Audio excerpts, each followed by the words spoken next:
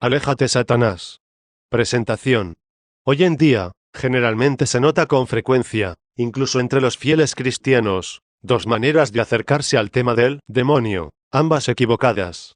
La primera, dictada por cierta ignorancia e ingenuidad, y hasta por una buena dosis de superstición, es la que lleva a temer al diablo de manera confusa, sobrevalorando ciertos aspectos y menospreciando otros, dejándose llevar por imágenes comunes, sobre todo paganas, de cuernos, hornos y pestilencia de azufre. Esta aproximación tiene otro reverso de la medalla, que se traduce en un malsano acercamiento al maligno, impulsado por una morbosa curiosidad, que lleva a tomar interés por todo lo relacionado con el ocultismo, la magia, el espiritismo y todo cuanto podría desestabilizar la psique humana, además y con frecuencia dañino para el alma. A esto se añade las visitas a figuras por lo menos ambiguas de presuntos magos, adivinos y videntes, para recibir de ellos alguna ayuda o consejo sobre las cuestiones más importantes de la vida. La segunda manera, igualmente peligrosa, es hija de la cultura y mentalidad laica de los últimos 2 o 3 siglos, y tiende a considerar con cierto desapego o superioridad la figura del demonio, así como todas las otras cuestiones sobrenaturales, o de hecho a no considerarla, presumiendo una valorada ignorancia o descuido peligroso. Corno se decía, precisamente porque priva de las sencillas defensas y precauciones contra los asaltos del maligno. De hecho, siempre es mejor conocer al enemigo si se le quiere combatir y tratar de vencerlo. No por nada la estrategia del demonio es con frecuencia la de hacer dudar de su existencia para actuar sin interrupciones. El padre Gabriel Amort, fundador y presidente honorario de la Asociación Internacional de Exorcistas, además de aprendiz del padre Cándido Mantini, como a él le gusta definirse, por más de 27 años, ha ejercido el ministerio de exorcista, y como él mismo recuerda, siempre ha buscado asegurar, tranquilizar, mantener informadas y acercar a Dios a las personas que se han aproximado a él para consultarlo sobre verdaderos o presuntos disturbios y presencias demoníacas. Oportunamente aprovecha su ganada presencia y notoriedad, y con ellas trata de llegar, mediante sus publicaciones y emisiones, al mayor número de personas que le sea posible, para difundir el conocimiento de manera correcta y libre de peligros, con la cual hacerle frente al demonio y a todas sus emanaciones. Con tal propósito y con la pacífica firmeza que lo caracteriza, al padre Amort no le faltan reclamos al mismo clero católico, por su escasa preocupación y grave impreparación al respecto de las actividades poco ordinarias de Satanás y, en consecuencia, en el rito del exorcismo.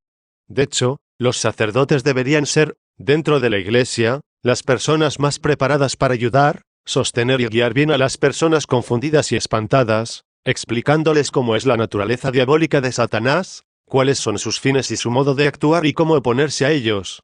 Este libro, mediante su sencilla estructura, se propone, ante todo, clarificar de acuerdo con la teología y doctrina católica, la figura de Satanás y sus servidores, y qué relaciones tienen ellos con las criaturas humanas.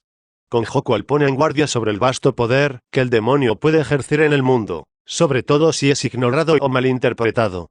A partir de la dinámica de relaciones milenarias existentes entre los seres humanos y el maligno, el padre Amort explica qué conlleva el ignorar la existencia de las acciones de Satanás, especialmente para los cimientos de la fe cristiana. Recuerda, por tanto, con una sólida convicción, que si bien la obra destructora de Satanás no cesará hasta el fin del mundo, él ya ha sido derrotado por Cristo, y por eso realmente nunca podrá triunfar sobre el hombre, si éste se confía al Hijo de Dios. Justo en el núcleo del libro se subraya entonces el papel central de Cristo en la creación y en consecuencia, en la obra sacramental del exorcista, quien casi a diario se las tiene que ver frente a frente con el demonio, antagonista de Cristo.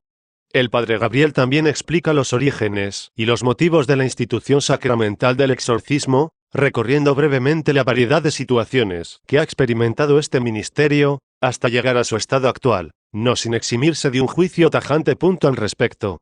La figura del exorcista es limpiada del tizne y del inquietante manto del imaginario popular nutrido por las fáciles sugestiones que lo han recubierto, y esto lo hace clarificando su lugar y con la pura y sencilla descripción de su modo cauteloso y seguro de proceder, con sus acciones y consejos frente al caso de una persona que se queja de extrañas turbaciones, las cuales difícilmente se pueden explicar por la ciencia médica como males naturales.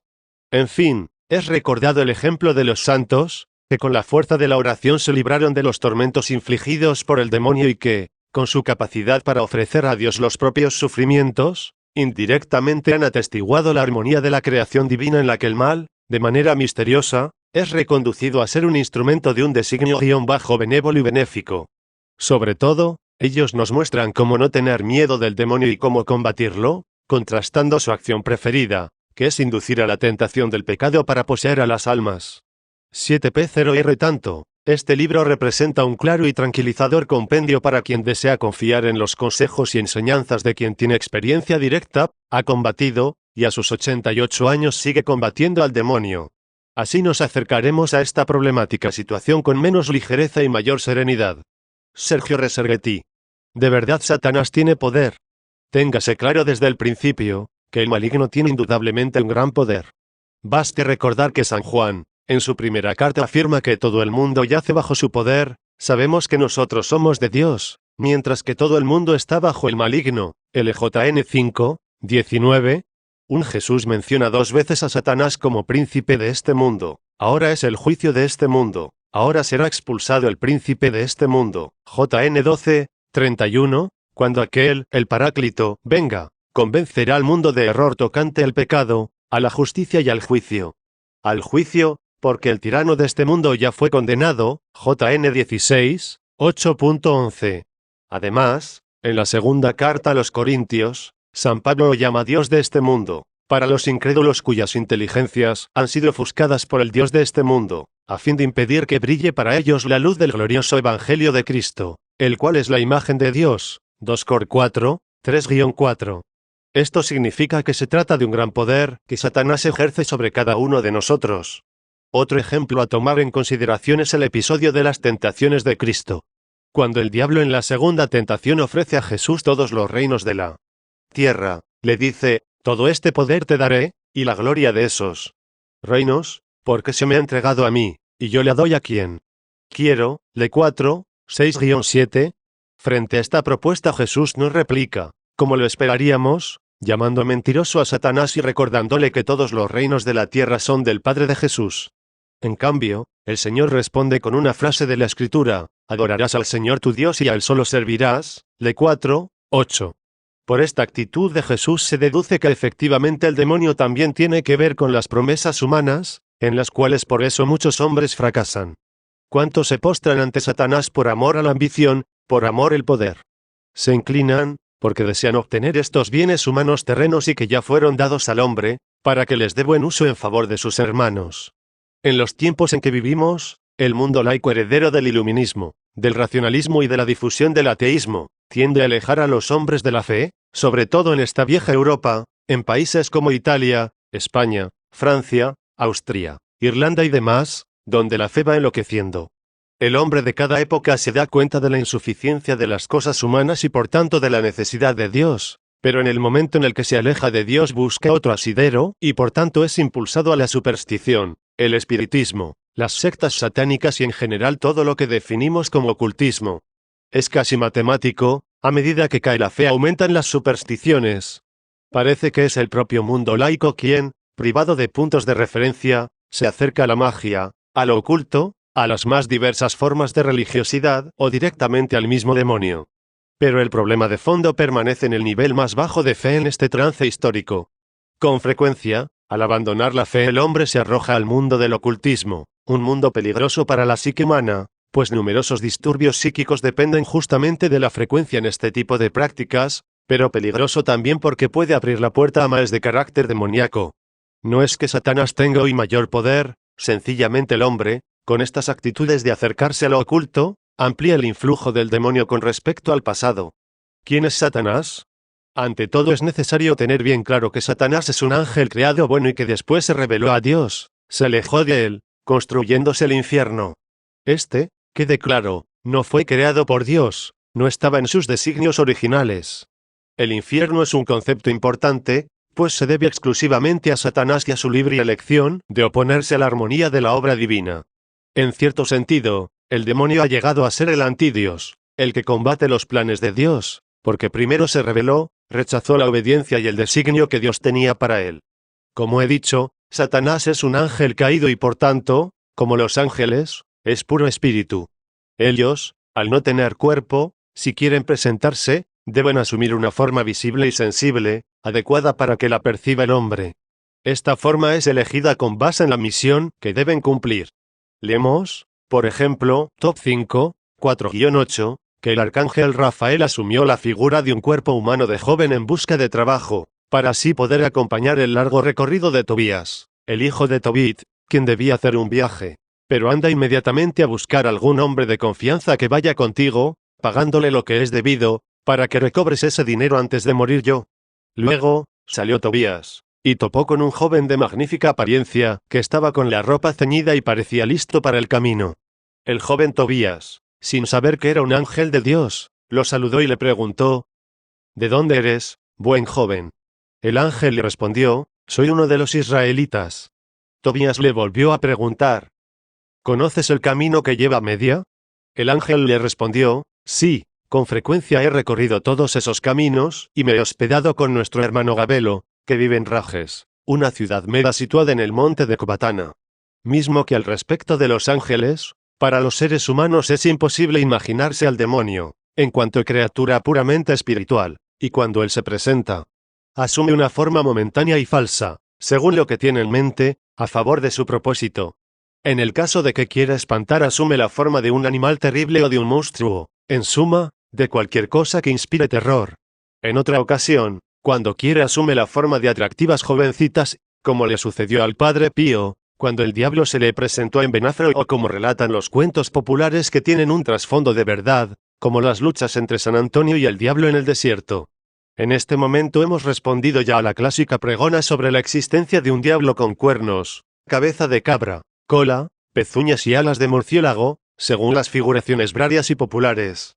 Evidentemente todas son formas ilusorias que sin embargo poseen un valor simbólico para representar una figura casi humana, caída en estado animal, con rasgos animalescos, los cuales muestran fácilmente la comprensión de corrupción y degradación obrada por el pecado. ¿Cómo actúa Satanás?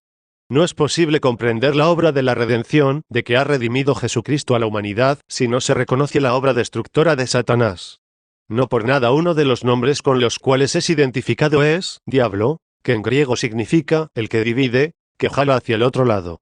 Satanás, habiéndose alejado de Dios, quiere alejar también a las demás criaturas, arrastrando al infierno todas las almas que pueda, para que sigan sus mismos pasos, y vayan a sufrir el mismo castigo. Como ya he subrayado, él fue quien se rebeló primero, y por tanto es un rebelde en busca de rebeldes, que como él tomen la actitud de oponerse a Dios. El esfuerzo del demonio es efectivamente hacer que toda la creación se rebele a su creador. El demonio está siempre activo y continuará su obra hasta la parusía, es decir, el retomo de Cristo al final de los tiempos. Su actividad es doble, una que definimos extraordinaria y una que llamamos ordinaria. La actividad extraordinaria, de la cual se tratará más ampliamente enseguida, es ciertamente más rara, aunque siempre ostentada y ejercitada por el demonio, y es la de procurar males demoníacos o por añadidura la posesión. La actividad ordinaria, que nadie ha negado nunca ni ha puesto en discusión, es la de tentador, según la cual precisamente tienta al hombre hacia el mal. Es necesario recordar que el diablo es terriblemente monótono en sus tentaciones y cuando lo he interrogado acerca de esto, él ha confirmado su monotonía, pero también añadió que a pesar de ella nosotros los hombres siempre caemos en sus trampas. Entonces, la pura y simple tentación es el mayor esfuerzo del demonio. Tentación a la cual todos estamos sujetos, incluso Jesucristo al encarnarse y volverse hombre como nosotros, en todo semejante a nosotros menos en el pecado, como explica la carta a los Hebreos, 2,17-18t aceptó someterse a las tentaciones de Satanás. Por esa razón, debía igualarse en todo a sus hermanos, para ser pontífice compasivo y cumplido en todo lo concerniente al culto de Dios, para expiar los pecados del pueblo, pues en cuanto que él mismo sufrió, siendo sometido a prueba, puede ayudar a los que sufren pruebas. Los demonios. Siervos del maligno son los demonios, ángeles que lo han seguido en su caída del paraíso. Los demonios son muchísimos, también para ellos como para los ángeles existe una jerarquía. Sabernos que para los ángeles el jefe es San Miguel Arcángel, mientras que para los demonios el jefe es indicado en la Biblia con muchos nombres, que pienso son sinónimos, como por ejemplo Satanás o Belcebú. Lucifer no es un nombre precisamente bíblico y según nuestra experiencia corno exorcistas es un diablo diferente a Satanás, mientras que para algunos este sería un sinónimo de Satanás. Entonces, los demonios son jerárquicamente dependientes y se someten cerradamente a esa jerarquía, Así como en todas las bandas y mafias de malhechores, regidas por el miedo y la opresión, y no por el amor como sucede con los ángeles. Los poderes de los demonios son los adecuados para desempeñar sus tareas, que consisten en tentar al hombre al mal y desligarlo de Dios, y por tanto destruir los planes de Dios. Los males demoníacos. Por males demoníacos entendemos los males graves, esos disturbios que no se pueden explicar por la naturaleza psicofísica, sino que son atribuibles a una obra directa del maligno.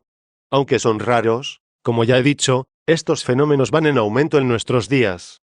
Para reconocerlos, identificarlos, personalmente me he esforzado por clarificar sus características, esperando que sean compartidas para tratar de establecer un lenguaje unívoco y común que todavía no existe. Por tanto, enlisté 6 tipos de disturbios que el demonio puede provocar y 3 causas por medio de las cuales se puede caer en estos disturbios diabólicos. Indudablemente, me parece útil conocer e identificar claramente estos disturbios y sus causas, sea con un propósito preventivo, sea con un propósito curativo cuando se está sometido a estos males. Los ataques del demonio. La posesión es el disturbio más grave que el demonio puede dar. En esta forma de mal diabólico se tiene casi la impresión de que el demonio está dentro del ser humano, toma posesión de él, que se sirve de la boca de este ser para hablar, aunque es el demonio quien habla y no la persona, o se sirve de sus miembros. Y entonces ocurren fenómenos extraordinarios, casi teatrales que por lo demás habitan en el imaginario de la gente común o poco informada. Tomemos el ejemplo evangélico del endemoniado de Gerasa, Le 8, 26-29, luego arribaron al país de los Gerasenos, el cual queda frente a Galilea. Cuando Jesús saltó a tierra, le salió al encuentro un hombre de aquella ciudad, el cual estaba poseído de demonios. Ya hacía bastante tiempo que no llevaba ningún vestido, ni vivía en ninguna casa, sino en los sepulcros. Al ver a Jesús, se prosternó ante él dando de gritos, y diciéndole con voz terrible: «Déjame en paz, Jesús, Hijo del Dios Altísimo, te ruego que no me atormentes». Porque le había ordenado al espíritu impuro que saliera de aquel hombre. En muchas ocasiones lo había arrebatado, y aunque se le encadenara y se le pusieran grillos en los pies, rompiendo los hierros era arrebatado a los desiertos por el demonio. Él demuestra una fuerza sobrehumana, se libera solo de grilletes y cadenas, y la capacidad para conocer lo escondido. De hecho, no habiendo visto nunca antes a Jesús en su vida, lo llama por nombre y hasta lo reconoce como Hijo de Dios. Entre paréntesis, de hecho muchas personas tienen miedo de asistir a mis exorcismos, porque temen que el demonio pueda revelar sus pecados, aunque a mí, para ser franco, solo me ha pasado en algún caso esporádico. Sin embargo, que el demonio conozca cosas ocultas es un hecho comprobado. Es ciertamente la forma de disturbio más fuerte, pero no siempre la posesión tiene características tan evidentes, tan vistosas como el hombre que se revuelca en la tierra, que al contacto con el agua bendita se siente arder como si fuera ácido. Existen muchas formas de posesión diabólica y en las más comunes no se dan estos fenómenos tan llamativos, sino solo grandes sufrimientos, grandes disturbios físicos y psíquicos. Incluso a veces por añadidura, en los exorcismos, que son el momento en el que el demonio es obligado a manifestarse con mayor evidencia, las posesiones pueden no tener formas externas llamativas. Considero que la vejación es esto, cuando un ser humano, aunque no siendo poseído por el demonio en la persona, presenta disturbios gravísimos debidos al demonio mismo. No es fácil saber distinguir la vejación de los males naturales. Recurramos por tanto a un ejemplo bíblico, porque los bíblicos son siempre los ejemplos más claros y emblemáticos. Tomemos en consideración la figura de Job 1, 13-19, 2, 7. Un día en que los hijos e rujas de Job estaban comiendo y bebiendo vino en casa del mayor, llegó un mensajero a contar a Job: «Tus bueyes andaban arando y tus burras paciendo a su lado, cuando de improviso se echaron los sabeos sobre ellos y los arrearon. A tus criados, los pasaron todos a cuchillo, y apenas pude yo escapar para darte la mala noticia». Tenía todavía las palabras en la boca cuando llegó otro criado y le contó: «Fuego de Dios se precipitó del cielo, quemó tus ovejas, tus criados y los consumió, y apenas pude yo escapar para contártelo». Aún hablaba este cuando llegó otro y le dijo: «Los caldeos, divididos en 3 escuadrones, hicieron una incursión contra tus camellos, y se los llevaron. En cuanto a tus criados, los pasaron todos a cuchillo, siendo yo el único que pude escapar para darte cuenta». No acababa este de hablar cuando llegó otro y le refirió: «Tus hijos e hijas estaban comiendo y bebiendo vino en la casa del mayor, cuando un huracán se desencadenó del desierto, azotó los 4 ángulos de la casa, la cual se desplomó sobre los jóvenes y murieron. Yo fui el único superviviente para darte la noticia. Luego que hubo Satán salido de hablar con el Señor, cubrió a Job de una erupción terrible desde la planta de los pies hasta la coronilla de la cabeza. Job agarró un pedazo de alguna olla rota para rascarse con ella y se sentó entre la ceniza. Job es golpeado en sus sentimientos, la muerte inmediata de sus 10 hijos. Es golpeado en sus bienes, de riquísimo se vuelve paupérrimo. Es golpeado en la salud, estaba sano y es cubierto de llagas de la cabeza a los pies. Pero no está endemoniado, no está en él la presencia del demonio. Los casos de posesión y los disturbios demoníacos van en aumento en nuestros días, pero los de posesión son mucho más limitados que los de disturbios maléficos o vejación. Conozco muchos casos de personas que son golpeadas en sus sentimientos, no encuentran mujer o marido, rompen los matrimonios y noviazgos sin razón de por medio, o también son golpeadas en sus bienes, por ejemplo industriales que de pronto cometen errores garrafales al grado de caer en la miseria, o sin motivo se encuentran en la calle, muchos casos de comerciantes y artesanos cuyos negocios muy prósperos de pronto se van al traste. Muchos casos también de disturbios físicos. Es notable que se trata de hechos que pueden deberse simplemente a motivos naturales, pero también podrían ser atribuidos a motivos maléficos.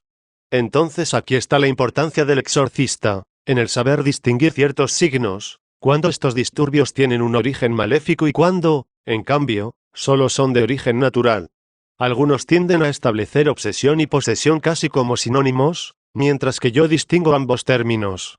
La obsesión se tiene cuando una persona es asaltada por pensamientos obsesivos invencibles, de los cuales no logra absolutamente liberarse ni desligarse, que conducen siempre a la desesperación y en los casos más extremos al suicidio. Por desgracia, esto último es uno de los triunfos que el demonio, como destructor, se propone también en sus otras formas, pero especialmente en los casos de obsesión, en los cuales, con frecuencia, la persona es empujada a la desesperación y por tanto al deseo o al intento de quitarse la vida. La infestación es, en cambio, otro término que utilizo reservándolo exclusivamente a las casas, a los objetos y a los animales. Tenemos ejemplos de los tiempos de la patrística, de Orígenes, de exorcismos efectuados no solo para liberar al hombre sino también lugares, objetos y animales. El Evangelio nos presenta el ejemplo de aquel endemoniado de Gerasa, Lucas 8, 30-33, por medio de su boca el diablo pide al Señor transferirse a 2 piaras de puercos, y en efecto entra en estos animales, que ciertamente en ese momento quedan endemoniados. Jesús le preguntó, ¿cómo te llamas? Él le contestó, Legión, porque se le habían metido muchos demonios.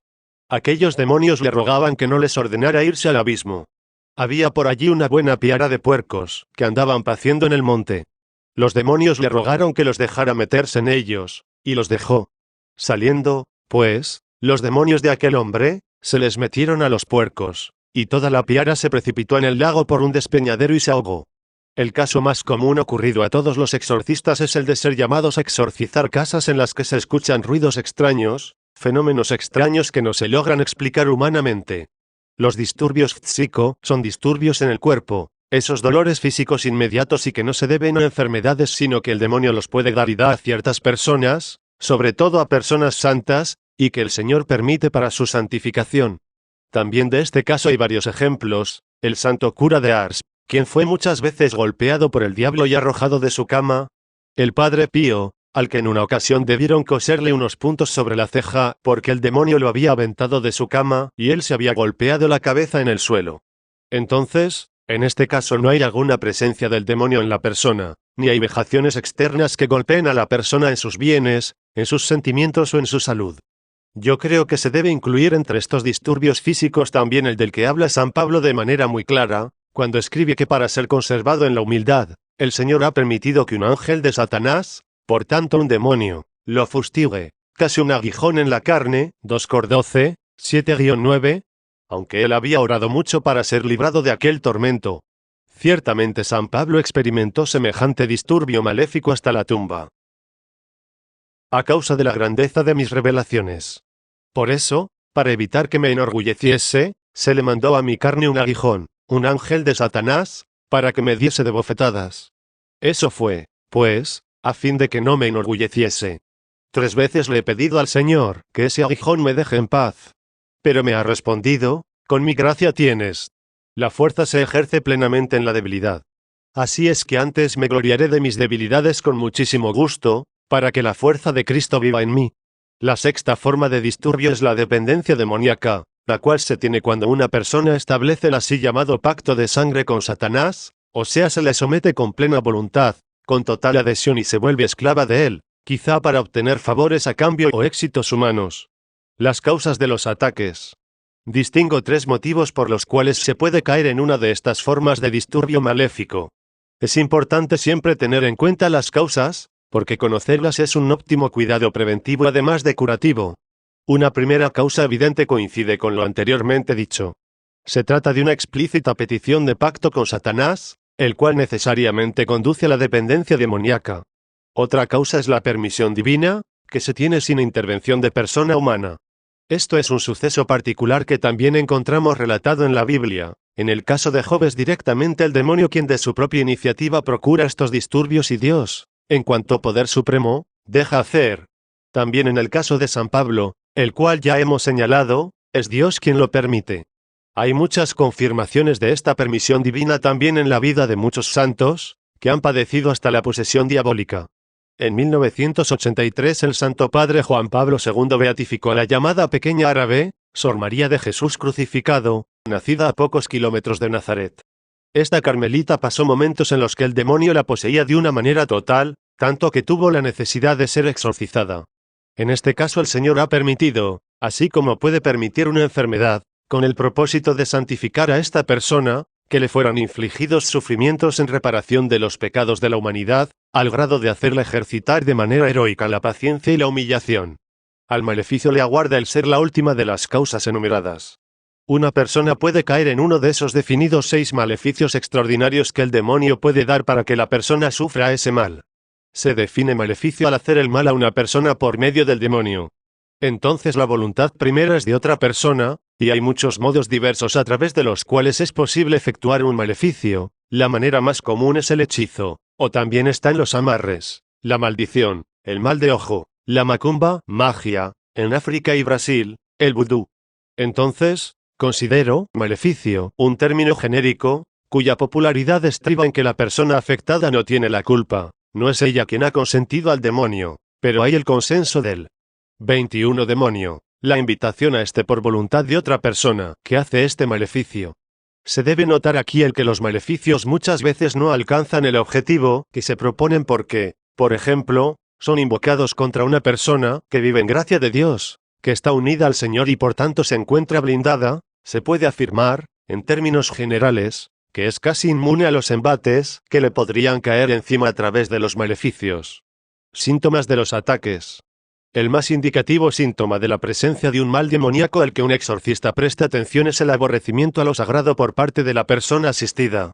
Esta aversión se puede confirmar por varias actitudes y comportamientos, desde los mínimos como el bostezar siempre que se ora o se entra a la iglesia, algo tomado como insignificante por una persona, porque puede originarse en causas naturales, pero que en conjunto conduce a sospechar, hasta los más impactantes, pero no necesariamente certificadores, como los desvanecimientos entrando a la iglesia, o las reacciones violentas en la bendición, como el caer y revolcarse en el suelo, o más aún la capacidad de reconocer el agua bendita sin que se le diga, como la comida mezclada con agua bendita. El ritual del exorcismo indica en particular otros 3 signos, que podrían ser significativos, aunque claramente puede haber muchos más y al ser más se tiene mayor seguridad en el proceder. Estos 3 son la capacidad de hablar lenguas desconocidas, el conocimiento de cosas ocultas y una fuerza sobrehumana, síntomas que sin embargo también se pueden hallar en males de carácter natural.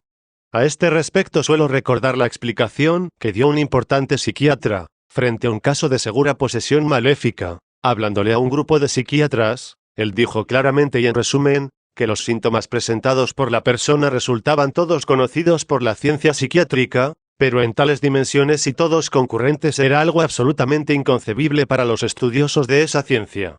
Sin embargo, por sí mismo el testimonio dicho no es ni siquiera suficiente. El exorcista tiene necesidad de ver síntomas específicos de carácter maléfico, los cuales confirma solo al realizar el exorcismo y viendo cómo se desenvuelve el caso en una serie de exorcismos. En definitiva, no dudo en afirmar, porque casos similares me han ocurrido varias veces, que cuando una persona recibe las mayores atenciones psiquiátricas por mucho tiempo, no obtiene una mínima mejoría y luego muestra motivos para sospechar la presencia de un mal demoníaco, por lo que se procede a una serie de exorcismos y ella sana, no hay duda del origen de su mal. La sanación que sigue a una serie de exorcismos es un signo seguro de que se trataba de un mal demoníaco. El hombre y el maligno. En la historia de los pueblos, el hombre siempre ha tenido, incluso antes del hebraísmo y del cristianismo, la percepción de lo que podemos llamar espíritus maléficos, por lo que siempre ha buscado el congraciarse, defenderse o liberarse de ellos utilizando las formas propias y más adecuadas a la cultura de su tiempo. De aquí provienen los varios magos, hechiceros y similares, de acuerdo con la cultura de cada pueblo y de cada época. Así no se puede alcanzar el conocimiento de la existencia del Creador a partir de la observación racional de lo creado, como es el caso de muchos pensadores y filósofos de la antigüedad. La razón humana tiene una vaga percepción de esta realidad no sensible y oculta que hemos definido como espíritus maléficos. Pero, al mismo tiempo, la verdad de la existencia de Dios y el conocimiento pleno de su naturaleza de Padre misericordioso y a la vez de Trinidad, gran misterio y mucho más inaccesible para la sola razón humana, son ofrecidas al hombre solo por la revelación. Así únicamente a través de la revelación el hombre tiene la certeza y la precisión acerca del mundo no sensible y oculto, incluso hasta el nombre exacto de esos espíritus, es decir, demonios, como son hoy comúnmente llamados. No por nada el poder de expulsar a los demonios, así como los milagros y curaciones, es una prueba de la divinidad de Jesús. Como consecuencia de todo lo que he dicho, es importante ser conscientes del hecho de que no entender al demonio significa no comprender el plan redentor de Dios, o sea todo aquello que aconteció enseguida de la culpa original de Adán, por la que le vino al hombre una necesidad imprescindible de ser salvado, porque el hombre no puede salvarse por sí mismo. Por este motivo me toca a mí subrayar con disgusto que, si bien por estas razones históricas y culturales que veremos más adelante, el día de hoy en el mundo católico no solo hay una carencia numérica de exorcistas, sino también en general de clero, y por añadidura hay en los obispos una carencia en el creer en la existencia misma del demonio, o por lo menos en su actividad extraordinaria de llenar de males de carácter demoníaco. En resumen, hay una gran insensibilidad por parte de los sacerdotes, al respecto de este delicado argumento. Por alguna razón que ignoro, he sido acusado de tornarla en contra de los obispos de manera excesiva, por dicho tema. En general suelo responder que sobre el nombramiento de los exorcistas no puede culpar a los sacristanes. En realidad admiro a los obispos, porque desde que comencé mi actividad muchas cosas han cambiado tomando el camino propicio. Por lo menos en Italia, en los últimos años, el número de exorcistas está aumentando y algunos obispos amigos me dicen que todo es culpa mía. Pero es un hecho que tenemos mucho por hacer con un episcopado que es árbitro en el nombramiento de los exorcistas, y más en general con un clero que no estudia desde hace décadas. Siempre salvo excepciones, estos problemas de teología espiritual referentes al demonio y a los métodos para contrarrestar su acción, nunca ha asistido a exorcismos, nunca los ha practicado y no cree en ellos. He aquí por qué nos topamos con tanta incredulidad. Es cierto que por parte de la gente hay en cambio una excepcional ingenuidad, pero es también cierto que por parte de los sacerdotes existe una absoluta falta de preparación. Esto es un grave error, porque si tuviéramos un clero preparado, estaría en grado de tranquilizar al 99% de los casos en los cuales no hay presencia de males demoníacos, y de guiar de manera adecuada al 1% de los casos en los que sí se requiere la asistencia de un exorcista. Por tanto, para concluir, la ignorancia acerca de la existencia del demonio es un peligro mayor que una manera de salvaguardar la paz cotidiana. Además es una falta de comprensión del designio de amor de Dios en sus relaciones con nosotros que Él mismo ha revelado de manera impactante, con nuestra redención por medio de su Hijo. Cristo vencedor de Satanás. Cuando la creación, el Verbo ya existía, el Verbo estaba con Dios y el Verbo era Dios. El Verbo estaba, pues, con Dios cuando empezó a haber cosas, todas las cuales fueron hechas por Él, de modo que sin Él no se hizo ni una sola cosa de cuantas se hicieron. En Él estaba la vida, vida que era la luz de los hombres. La luz brilla en medio de las tinieblas, las cuales no han podido apagar la 0N1,1-5.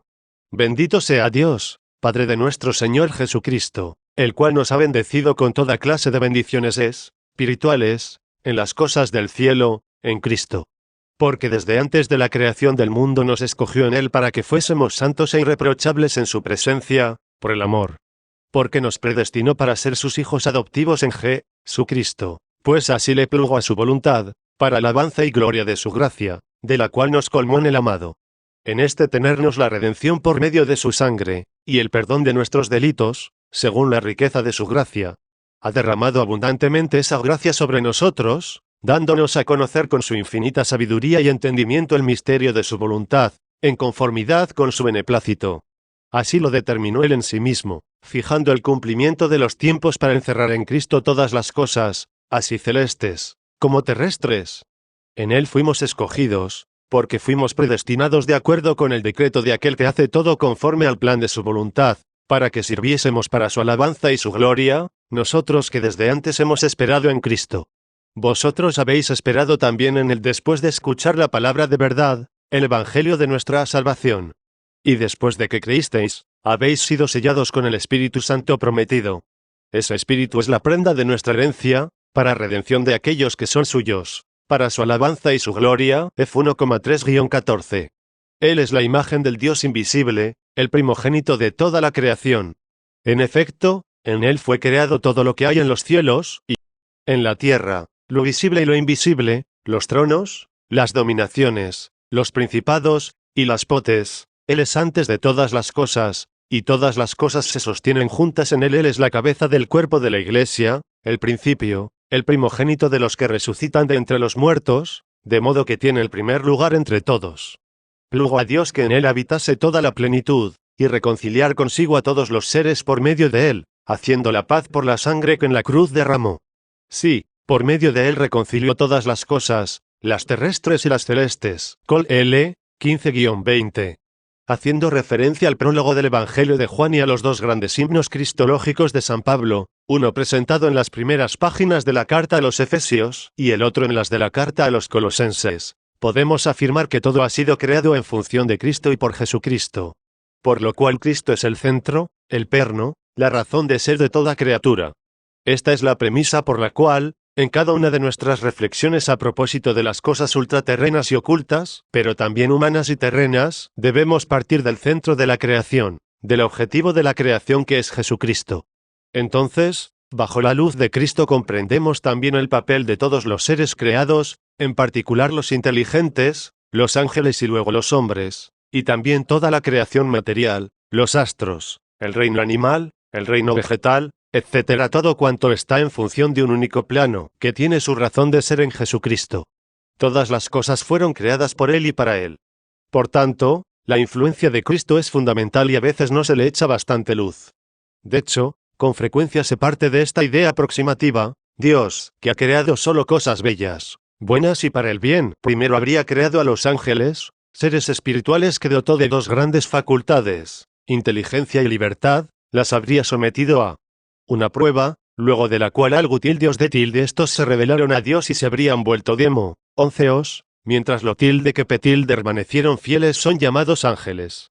Luego Dios, según esta creencia común, habría creado al hombre, también como ser inteligente y libre, pero no como puro espíritu, sino una mezcla de alma y cuerpo. También el hombre habría sido puesto a prueba a su vez, la cual falló, el pecado de Adán y Eva. He aquí entonces que Dios habría tenido en mente salvar al hombre por medio de Jesucristo, o sea, mandando a Jesús a la tierra como Salvador. Este breve esbozo es una suposición que no tiene en cuenta el hecho de que Cristo ya está al centro de todo el universo y que todo ha sido creado por Él en función de Él. Por lo cual, siendo Cristo el centro, el hecho de que se haya encarnado y haya venido al mundo como Salvador y no como triunfador, así como sucederá al final de los tiempos, es la precisa consecuencia del pecado original. Pero ya independientemente del pecado original todo había sido creado en función de Cristo. Entonces también los ángeles habían sido creados en función de Cristo, por Cristo, y Él dio a los ángeles algo que algunos padres de la Iglesia expresan, en síntesis, de la siguiente manera: los ángeles no gozarían de la visión beatífica de Dios si no hubiera habido la muerte redentora de Cristo, por la cual también ellos han experimentado de manera fundamental la redención obrada por Jesús. San Juan en su primera carta, 3:8, es muy explícito al explicar que Cristo, como objetivo principal de la encarnación, vino para destruir las obras del demonio, mas el que comete pecado es del diablo, porque el diablo peca desde el principio. Para eso apareció el Hijo de Dios, para destruir las obras del diablo. Por tanto, el apóstol subraya la función soteriológica, es decir, salvífica de Cristo. En definitiva, el poder de Satanás ha sido quebrado por Cristo. El exorcismo en la historia. Con frecuencia se me pregunta si el exorcismo nació de un precepto de la Iglesia o tiene su raíz en un mandamiento, en una orden dada por Jesús mismo en los Evangelios. En realidad, los hebreos ya practicaban los exorcismos, pero Jesús ejercitó este poder ante todo para demostrar el propio dominio sobre el demonio. Expulsar a los demonios y hacer milagros en general es de hecho una de las pruebas de divinidad de Jesucristo. Luego dio este poder a los apóstoles y a todos sus seguidores, por tanto a todo cristiano. Estos serán los milagros que acompañarán a los que hayan creído: arrojarán demonios en mi nombre, hablarán lenguas. M. 16, 17.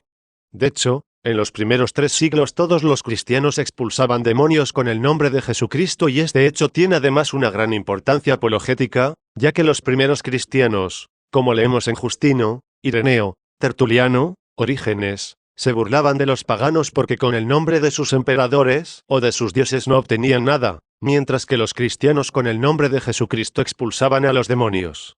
En el siglo V, como habían empezado a circular estafadores y charlatanes, la Iglesia latina instituyó el sacramental del exorcismo, a diferencia de la ortodoxa, la cual sostiene que el del exorcista es un carisma personal, aunque esto no es ningún motivo de discusión entre las dos iglesias.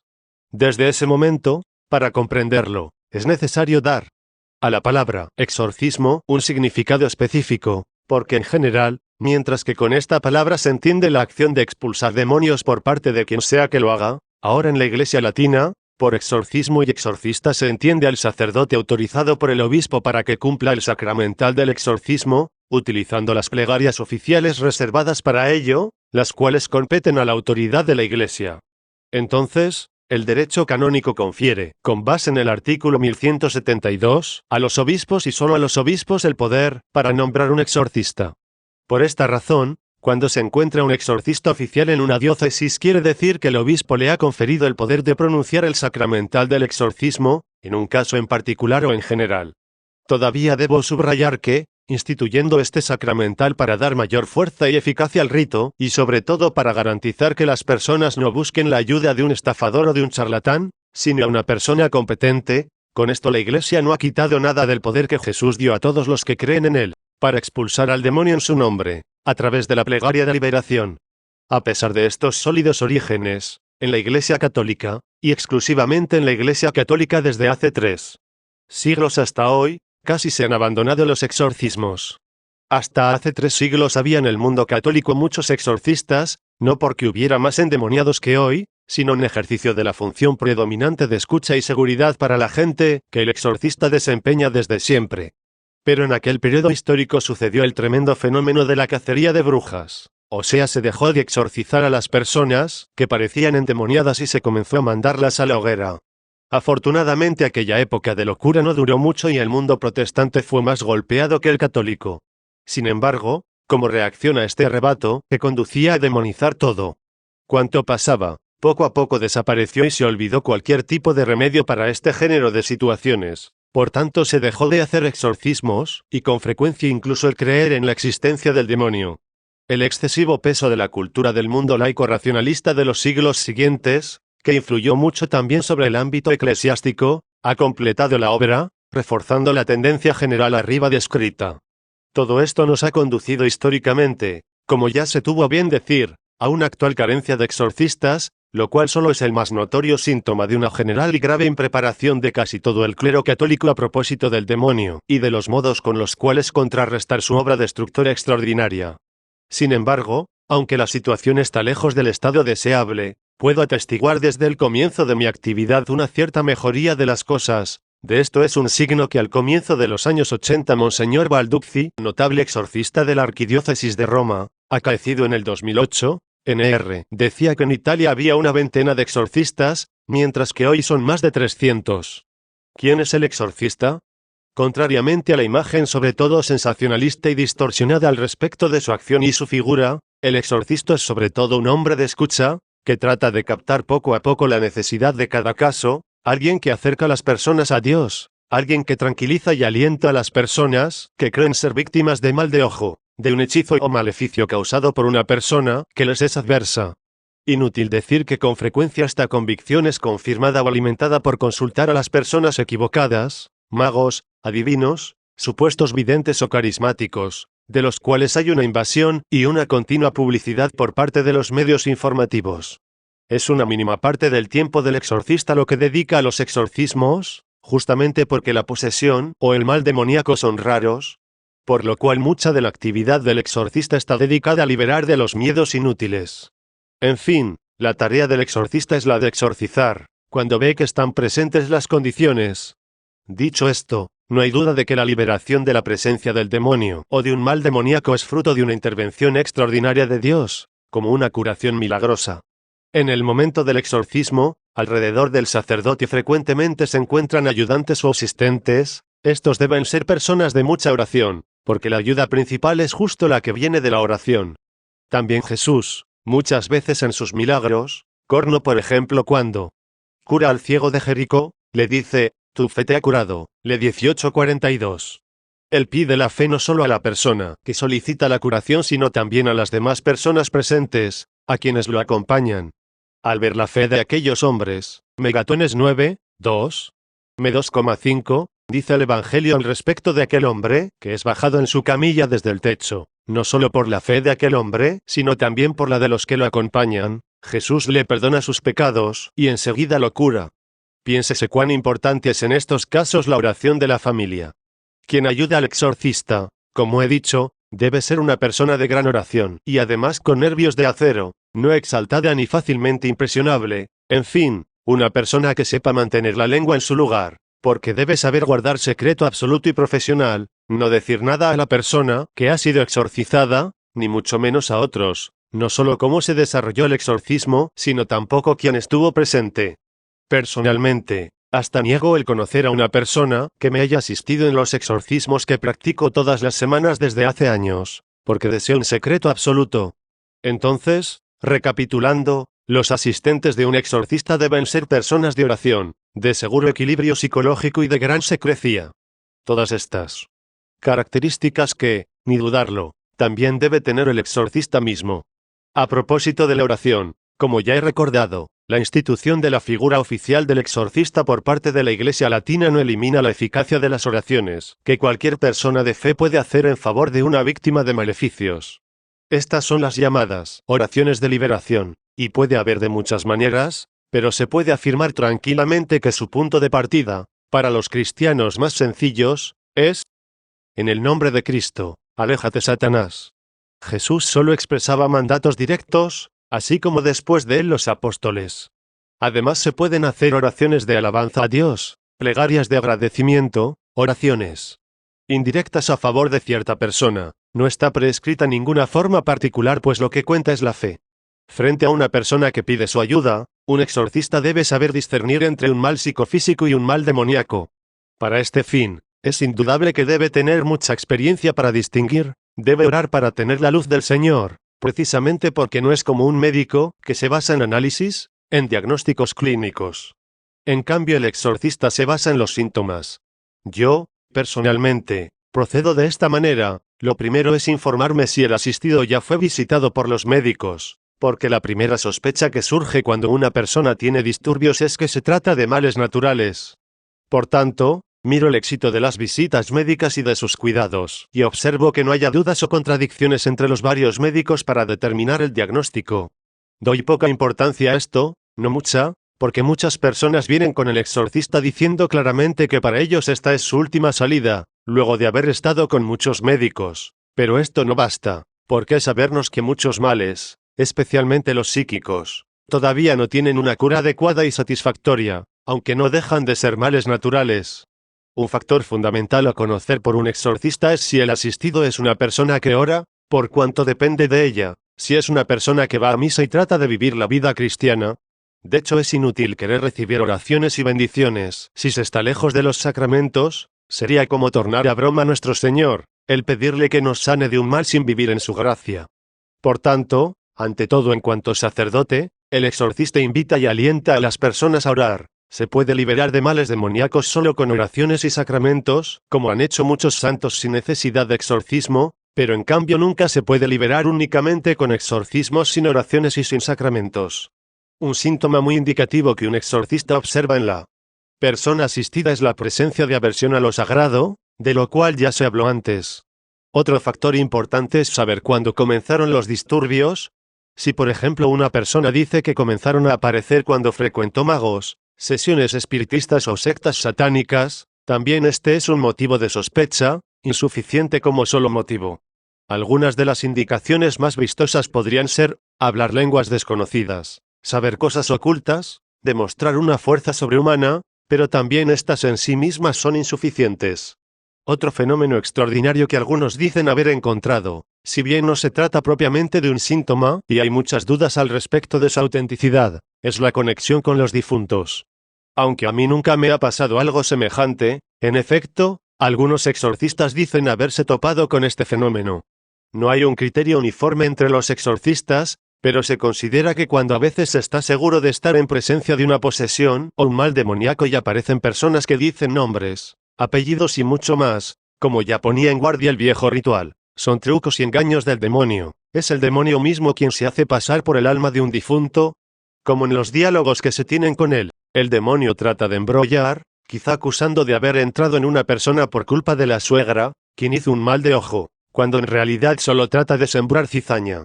Es necesario andar con mucha cautela al prestar fe a estas cosas. Normalmente, nosotros creemos que las almas luego de la muerte van de inmediato al infierno, al purgatorio o al paraíso y por tanto no pueden vagar, pero hay casos que nos dejan perplejos. En mi libro Exorcistas y Psiquiatras publiqué el parecer de 14 exorcistas, italianos y extranjeros, todos de mucha autoridad, entre los cuales una minoría afirma haber tenido verdadero contacto con personas que estaban difuntas y haber liberado primero al asistido de la presencia de estas personas difuntas, no todas maléficas o malas, y luego del demonio. Pero todos los exorcistas afirman que se trata de un problema del cual revelan la propia experiencia, no pretendiendo en lo más mínimo ofrecer una explicación, ya que pueden engañarse y ser engañados, y le pasan el dato a los teólogos y a los biblistas para que lo profundicen. A pesar del elenco de fenómenos extraordinarios arriba expuesto, debo decir que solo quien tiene una ignorancia total acerca de este ministerio imagina que el exorcismo es algo espantoso, traumático. Tal efecto puede verificarse en los inexpertos presentes pero no en la persona afectada. Si en el transcurso del exorcismo o por añadidura al comenzarlo se manifiestan reacciones externas violentas o fenómenos extraños. En fin, si luego de cotejar el caso hay varios motivos de sospecha, yo procedo a un exorcismo, sobre todo para diagnosticar más que curar, con sencillez y brevedad para verificar si los fenómenos sospechosos se esconden o no en una causa maléfica. Como quiera que sea, la única seguridad al respecto de los fenómenos bajo sospecha es justamente la pista que se obtiene con un exorcismo o una serie de exorcismos por cómo se reacciona a ellos. La sanación consecuente a una serie de exorcismos es el único signo seguro de que se trataba de un mal demoníaco.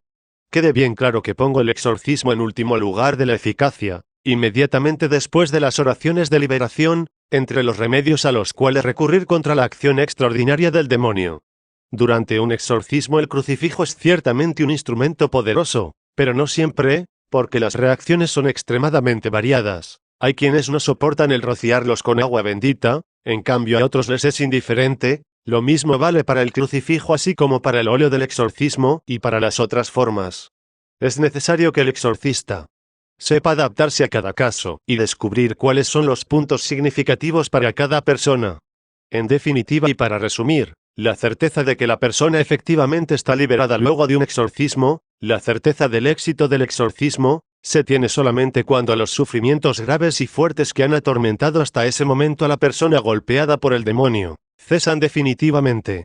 Cuando estos sufrimientos terminan, la persona se siente libre, siente la mente despejada y de hecho es ella misma quien se da cuenta del éxito del exorcismo. En el momento en que mis asistentes me comunican este hecho, yo empleo cerca de un año para asegurarme de tal liberación, porque a veces pueden verificarse resultados falsos o temporales. Pero en el momento en que me anuncian tal liberación, yo hago un exorcismo y si la persona ya no tiene ninguna reacción, yo suelo decirle, agradece al Señor, yo no tengo méritos. ¿Cómo defenderse del demonio? En presencia de males demoníacos siempre es bueno reforzar las propias actitudes y oraciones invocando para nosotros o para la persona afectada una intercesión. De entre todos los posibles, 3 son los que se podrían definir como intercesores necesarios: el Espíritu Santo, el nombre de Jesús y María Santísima. A propósito de la Virgen María, está bien hacer presente un aspecto no secundario. Si, como he precisado en las páginas anteriores, todo fue creado en vistas a Cristo, por lo cual en los planes de Dios ya estaba la encarnación del Verbo, quizá como triunfador y no como Salvador que antes debió sufrir, pero ya como triunfador está al centro de la creación, el segundo ser pensado por Dios, luego del primero que es la encarnación del Verbo, no puede ser otro sino aquella en la cual el Verbo de Dios, la segunda persona de la Santísima Trinidad, se encarnó. Desde el momento posterior al pecado de Adán, la encarnación adquirió esta fisonomía particular por la cual Jesús vino como Salvador y Redentor, y también María, su madre, fue asociada a este papel, estando exenta de la culpa original justo en virtud de los méritos de Cristo. María también es una criatura humana que forma parte de la estirpe de Adán y por tanto, como tal estaría sometida a la culpa original, pero fue liberada de ella preventivamente en vista de la redención de Cristo. Por otra parte, María no es solo madre del Redentor, sino también colaboradora en su obra redentora. No por casualidad, los pintores y escultores representan a la Inmaculada en el momento de pisar la cabeza de la serpiente, imagen del demonio. Entonces, con mayor razón hablamos de una poderosa intercesora. Siguiendo el orden celestial, ciertamente son válidos intercesores los arcángeles y los ángeles, que siempre intervienen con sus legiones contra el maligno. Corno razón para esto nos baste pensar en el libro del Apocalipsis, donde se relata, 12, 7-9, que hubo una lucha en el cielo, de Miguel, jefe de la milicia celestial, contra Satanás y sus ángeles rebeldes. El arcángel prevaleció y los enemigos fueron precipitados al infierno. Hubo luego una batalla en el cielo, en la cual Miguel con sus ángeles combatió contra aquel dragón, el cual de su parte combatió seguido de sus ángeles, pero no pudo triunfar. Y ni siquiera se encontró ya lugar en el cielo para él. Enseguida fue despeñado el gran dragón, aquella antigua serpiente que también lleva el nombre de diablo y de Satanás, el seductor del mundo entero. Ese fue, pues, precipitado sobre la tierra, y sus ángeles fueron despeñados juntamente con él. Por ello se suele invocar a Miguel Arcángel en cuanto jefe de las huestes angélicas. Junto con él yo siempre invoco a los ángeles custodios de todos los presentes, entre los que obviamente no falta San Gabriel Arcángel, que es mi patrono. Con frecuencia se habla de San Benito como patrono de los exorcistas. En realidad no está probado históricamente que Honorio III lo haya nombrado como tal, pero como hasta el momento no hay ninguno, lo invocamos a él, que ciertamente era fortísimo en la lucha contra el demonio. San Benito era un monje, quizá ni siquiera sacerdote, y ciertamente no era exorcista. El motivo de esta identificación está en el hecho de que fue un grandísimo santo y demostró una gran fuerza contra el demonio, dado que con frecuencia lo expulsaba. En particular su medalla tiene una notable eficacia al contener muchas frases contra el maligno. Por lo que se refiere a los santos, cada exorcista invoca a los que él es personalmente más devoto o a los cuales es más devota la persona exorcizada. Un ejemplo práctico para comprender mejor, uno de mis queridos colegas exorcistas, que ejercita el ministerio desde hace 46 años, el padre Cipriano de Meo, siendo vicepostulador para la causa de beatificación de un cohernano capuchino de nombre Mateo, cuando lo invoca, siéndole devotísimo, tiene gran eficacia, mientras que cuando lo invoco yo no es así, porque no tengo la misma devoción que el padre Cipriano a este siervo de Dios. Por tanto, se puede afirmar que no existen santos que tengan una fuerza particular contra el demonio. Cierto que todos los santos en cuanto tales la tienen, pero nosotros solo invocamos a los que somos más devotos. Por lo demás, hay muchos casos de santos atormentados por el demonio. Entre los más emblemáticos, también porque se trata de una experiencia muy reciente, se encuentra el de la hermana Carmelita, que es conocida como la Pequeña Árabe, Sor María de Jesús Crucificado. De hecho, varias veces en el transcurso de su vida, sufrió la verdadera y propia posesión diabólica y tuvo necesidad de ser exorcizada para obtener la liberación. Por otra parte, conocemos varios casos de santos, como Juan Bosco, el santo cura de Ars, el padre Pío, Gemma Galgani, Ángela Foligno, Don Calabre y se podría seguir hasta el infinito, todos ellos con vejaciones diabólicas de las cuales se liberaron gracias a la oración y los sacramentos. Lo más importante por subrayar es que la Biblia nunca nos dice que temamos al demonio, porque nos asegura que podemos y debernos resistirlo fuertes en la fe. La Biblia dice sobre todo que debemos temer al pecado y combatiendo al pecado se combate al demonio, como decía Pablo VI interrogándose, en su famoso discurso acerca del demonio, del 15 de noviembre de 1972, como se hacía para contrarrestar al maligno. Todo lo que nos defiende del pecado nos defiende de Satanás. Nosotros solo debernos temer el no estar en gracia de Dios. Lo que significa confesarse, participar en la Santa Misa, recibir la comunión y todavía más, hacer la adoración eucarística y orar, especialmente con los salmos y el rosario.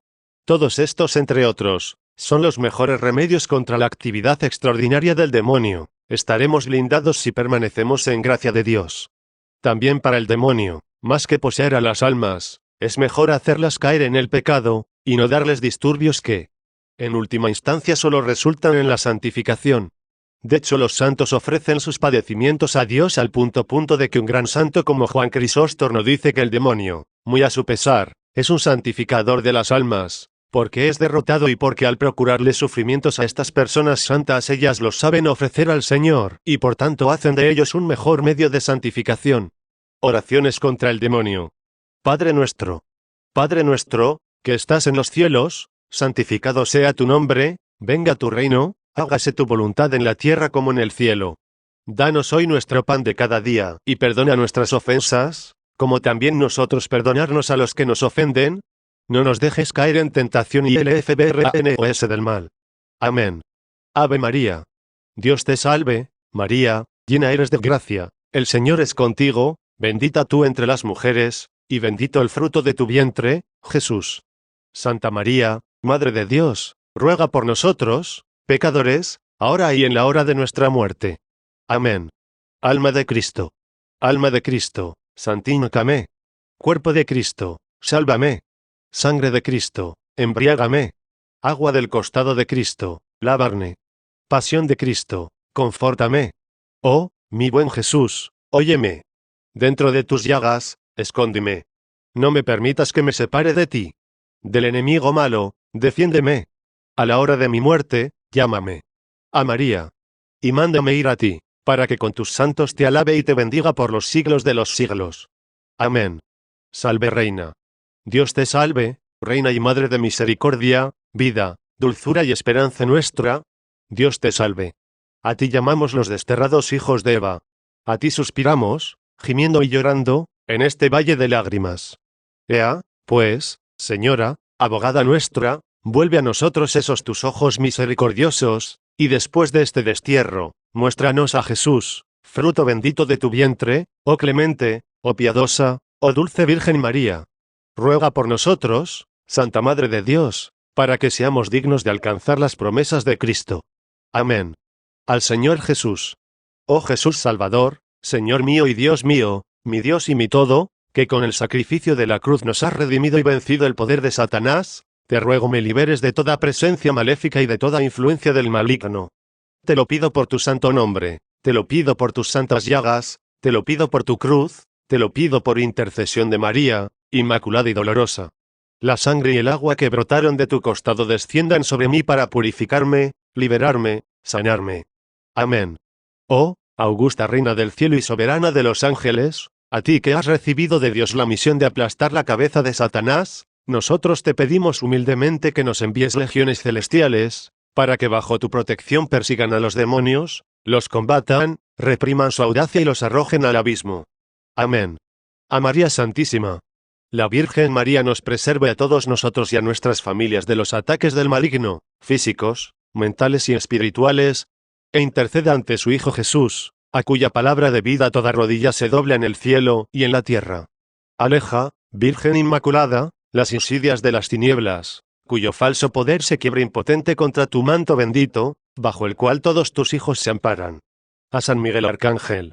San Miguel Arcángel, defiéndenos en la batalla. Sé nuestro amparo contra la perversidad y asechanzas del demonio. Reprímale Dios, pedimos suplicantes, y tu príncipe de la milicia celestial, arroja al infierno con el divino poder a Satanás y a los otros espíritus malignos que andan dispersos por el mundo para la perdición de las almas. Amén. Oración de liberación. Oh Señor, tú eres grande, tú eres Dios, tú eres Padre, nosotros te pedimos por intercesión y ayuda de los arcángeles Miguel, Gabriel y Rafael, que nuestros hermanos y hermanas sean liberados del maligno que los ha esclavizado. Oh santos todos, vengan en nuestra ayuda. De la angustia, de la tristeza, de las obsesiones, nosotros te pedirnos. Libéranos, Señor. Del odio, de la fornicación, de la envidia, nosotros te pedimos. Libéranos, Señor. De los pensamientos de celos, ira, muerte, nosotros te pedimos. Libéranos, Señor. De todo pensamiento de suicidio o aborto, nosotros te pedimos. Libéranos, Señor. De toda forma de sexualidad mala, nosotros te pedimos. Libéranos, Señor. De la división de la familia, de toda amistad perniciosa, nosotros te pedimos. Libéranos, Señor. De toda forma de maleficio, hechicería, brujería o de cualquier mal oculto, nosotros te pedimos. Libéranos, Señor. Oh Señor, que has dicho, mi paz les dejo, mi paz les doy, por intercesión de la Virgen María, concédenos ser liberados de toda maldición y gozar siempre de tu paz. Cristo mi único punto. Yo sí Señor ordeno a todo demonio que pueda tener alguna influencia sobre mí que me deje inmediatamente y para siempre. Por la flagelación, la corona de espinas, la cruz, la sangre y resurrección de Jesucristo, por el Dios verdadero, por el Dios santo, por el Dios que todo lo puede, ordeno a todo demonio que pueda tener influencia sobre mí y sobre mi casa, que se aleje para siempre por el nombre de Jesucristo, mi único Señor y Salvador. Amén. Oración contra el maleficio del ritual griego, por Cristo nuestro Señor. Amén. Oración de liberación.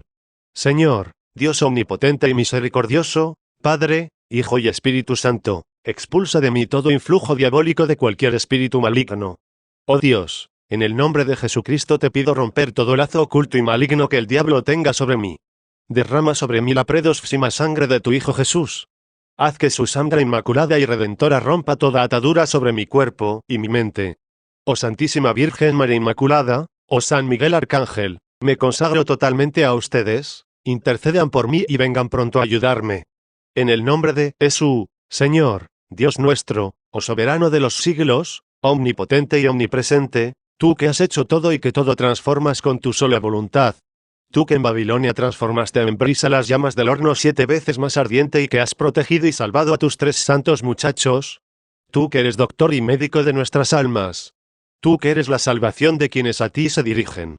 Te pedimos e invocamos, nulifica, expulsa y pon en fuga toda potencia diabólica, toda presencia y maquinación satánica, toda influencia maligna y todo maleficio o mal de ojo de personas maléficas y malvadas, obrado sobre tu siervo alias, nombre. Haz que en vez de la envidia y el maleficio obtenga abundancia de bienes, fuerza, éxito y caridad. Tú, Señor, que amas a los hombres, extiendes tus manos poderosas y tus brazos altísimos y vigorosos y vienes a socorrer. Visita esta imagen tuya, enviando sobre ella al ángel de la paz, fuerte protector del alma y del cuerpo, que mantendrá alejado y expulsará toda fuerza malvada, todo envenenamiento y todo embrujo de personas corruptoras y envidiosas, para que tu siervo alias protegido alias con gratitud te cante, el Señor es mi auxilio, no temeré lo que pueda hacerme el hombre. No temeré al mal porque tú estás conmigo, tú eres mi Dios, mi fuerza, mi Señor poderoso, Señor de la paz, Padre de los siglos futuros. Sí, Señor Dios nuestro, ten compasión de tu imagen y salva a tu siervo alias, nombre, de todo daño o amenaza proveniente de maleficio y protégelo alias de todo mal, por intercesión de la más que bendita, gloriosa Señora, la Madre de Dios y siempre Virgen María, los resplandecientes arcángeles y todos tus santos. Amén. Oración contra todo mal. Espíritu del Señor, Espíritu de Dios, Padre, Hijo y Espíritu Santo, Santísima Trinidad, Virgen Inmaculada, ángeles, arcángeles y santos del paraíso, desciendan sobre mí, funderne, Señor, plasma en mí, lléname de ti, úsame. Expulsa de mí las fuerzas del mal, anúlalas, destrúyelas, para que yo pueda estar bien y realizar el bien. Expulsa de mí los maleficios, las hechicerías, la magia negra, las misas negras, los amarres, las maldiciones, el mal de ojo, la infestación diabólica, la posesión diabólica, la obsesión diabólica, todo lo que es malo, pecado, envidia, celos, perfidia, la enfermedad física, psíquica, espiritual, diabólica. Quema todos estos males en el infierno, para que ya nunca puedan tocarme a ninguna criatura del mundo. Ordeno y mando, con la fuerza de Dios omnipotente, en el nombre de Jesucristo Salvador, por intercesión de la Virgen Inmaculada, a todos los espíritus inmundos, a todas las presencias que me molestan, que me dejen inmediatamente, que me dejen definitivamente y se vayan al infierno eterno, encadenados por San Miguel Arcángel, por San Gabriel, por San Rafael, por nuestros ángeles custodios, aplastados por el talón de la Virgen Santísima. Amén. Libérame del mal. Señor Jesús, conozco el mal que ha sido hecho sobre mí, sobre mi cuerpo, sobre mi trabajo, sobre mi familia, con tu poder, por tu misericordia, por tu voluntad, haz que desde este momento pueda regresar en plena gracia, en completa salud y en perfecta unión a la voluntad de la Santísima Trinidad. Te lo pido, oh Jesús, por tus méritos, por tu sangre preciosa derramada en la cruz, por los dolores de la Virgen Madre y por la intercesión del Patriarca San José, para gloria de la Santísima Trinidad. Amén.